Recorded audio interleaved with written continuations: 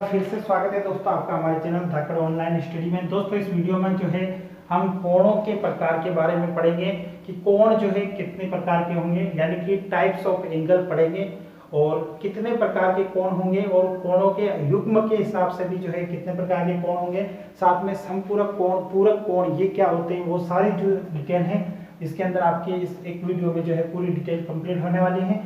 तो पहले हम स्टार्ट कर लेते हैं न्यून कोण से। कोणों के प्रकार के अंदर पहला जो कोण है वो है न्यून कोण। न्यून कोण नाम से ही पता चल रहा है, यानी कि न्यून यानी कि जिसका मान कम हो, यानी ऐसा कोण जिसका मान 90 डिग्री से कम हो। 90 डिग्री से कम हो यानी कि अगर मान लो ये कोई थीटा कोण है तो थीटा का मान जो है वो कम हो जाएगा किससे, 90 डिग्री से। तो थीटा लेस देन 90 यानी 90 डिग्री से कम वाले कोण को जो है हम न्यून कोण बोलेंगे। उसके बाद दूसरा जो प्रकार होता है कोणों का वो होता है समकोण। समकोण का मतलब यानी 90 डिग्री के कोण को समकोण किसे बोलते हैं, 90 डिग्री के कोण को समकोण बोलेंगे। इस प्रकार का जो है यहाँ पर सिंबल लगाते हैं और ये जो कोण होगा वो 90 डिग्री का होगा, यानी कि अगर इसको थीटा लिख दिया हमने तो थीटा बराबर हो जाएगा हमारे पास 90 डिग्री। थीटा का मान हो जाएगा हमारे पास 90 डिग्री, यानी 90 डिग्री के कोण को जो है समकोण कहेंगे। उसके बाद तीसरा जो कोण का प्रकार होता है वो होता है अधिक कोण। अधिक कोण यानी ऐसा कोण जिसका मान 90 डिग्री से तो क्या हो, अधिक हो, लेकिन 180 डिग्री से कम हो। यानी कि अगर हम देखा जाए तो थीटा का जो मान है, थीटा का मान जो है वो किससे अधिक होगा, 90 डिग्री से जो है अधिक होगा। यानी कि अगर यहाँ थीटा लिखें तो theta is greater than 90 degree, 90 degree से अधिक होगा और 180 डिग्री से जो है कम होगा, 180 डिग्री से कम होगा। तो इस प्रकार से जो है आ जाएगा 180 डिग्री से कम होगा थीटा और 90 डिग्री से ज़्यादा होगा, तो उसको बोलते हैं अधिक कोण। जैसे 120 डिग्री का कोण है या 150 डिग्री का कोण है तो ये सारे अधिक कोण में आते हैं, यानी कि 90 डिग्री से अधिक और 180 डिग्री से कम। तो ये जो है न्यून कोण, समकोण, अधिक कोण। उसके बाद चौथा प्रकार जो है कोणों का है वो है प्रतिवर्ती कोण। प्रतिवर्ती कोण, प्रतिवर्ती कोण का मतलब होता है ऐसा कोण जो 180 डिग्री से जो है ज़्यादा होगा, 180 डिग्री से तो ज़्यादा होगा और 360 डिग्री से कम होगा। यानी कि मान लो यहाँ थीटा है तो थीटा का जो मान है वो ग्रेटर दोनों होगा, किससे ज़्यादा होगा, 180 डिग्री से, और कम किससे होगा, 360 डिग्री से कम होगा। यानी थीटा का मान 360 डिग्री से कम होगा और 180 से ज़्यादा होगा। तो इस कोण को बोलते हैं हम प्रतिवर्ती कोण।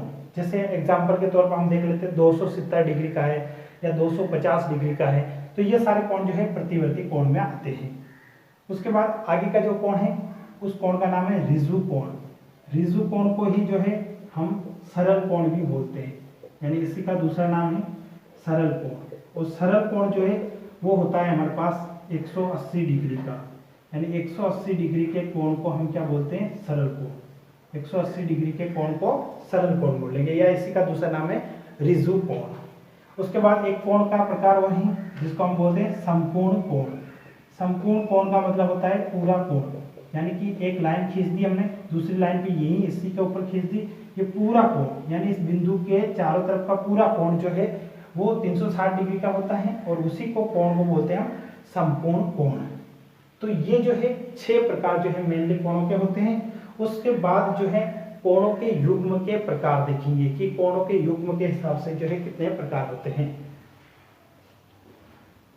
तो इसके अंदर सबसे पहला प्रकार हम देख लेते हैं समपूरक कोण। समपूरक कोण क्या होते हैं, तो समपूरक कोणों के बारे में हम पढ़ेंगे। समपूरक कोण, समपूरक कोण का मतलब होता है ऐसे दो कोण जिनका प्लस, ऐसे दो कोण जिनका प्लस 180 डिग्री हो, जिनका प्लस 180 डिग्री हो। मान लो दो कोण x और y मान लिए हमने, तो इन दोनों का प्लस कितना होगा, 180 डिग्री। जैसे एग्जांपल के तौर पर 150 डिग्री और 30 डिग्री, ये दोनों कोण क्या हो जाएंगे, समपूरक कोण, क्योंकि इन दोनों का जो योग है वो कितना हो रहा है, 180 डिग्री, तो ये आपस में समपूरक कोण हो गए। उसके बाद एक और प्रकार है पूरक कोण।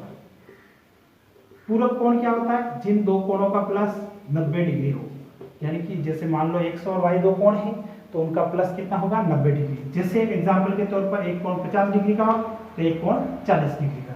तो ये दोनों कोण आपस में क्या हो जाएंगे, पूरक कोण। उसके बाद आगे जो कोण आते हैं वो आता है शीर्षाभिमुख कोण। शीर्षाभिमुख कोण, शीर्षाभिमुख कोण का मतलब होता है जब दो लाइनें एक दूसरे को ऐसे प्रतिच्छेद कर रही हैं तो उनके मध्य के अंदर बनने वाले कोण को हम शीर्षाभिमुख कोण कहते हैं।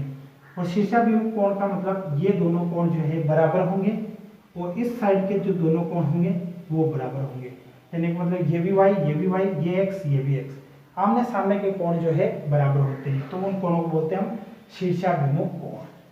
उसके बाद आगे जो कोण आते हैं उसके अंदर आता है एकांतर कोण। एकांतर कोण,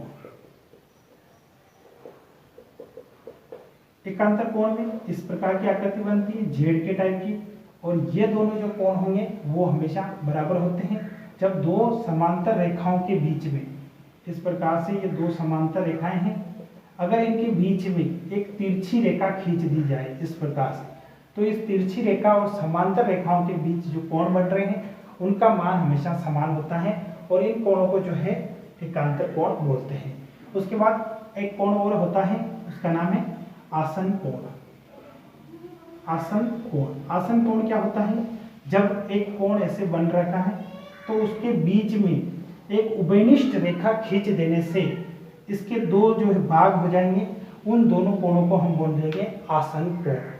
तो ये थे कोणों के जितने भी प्रकार जो है 8, 9, 10th में पूछे जाते हैं। कोणों के जो है सभी प्रकार जो है बहुत ज़्यादा यूजफुल है, और इस वीडियो में जो है हमने सभी कोणों के प्रकार को जो है बिल्कुल बेसिक तरीके से आपको बताया है। वीडियो पसंद आए तो वीडियो को लाइक, और अगर आप हमारे चैनल पर नए हैं तो चैनल को जरूर सब्सक्राइब कर दें। धन्यवाद दोस्तों, मिलते हैं नेक्स्ट वीडियो में, तब तक के लिए जय हिंद।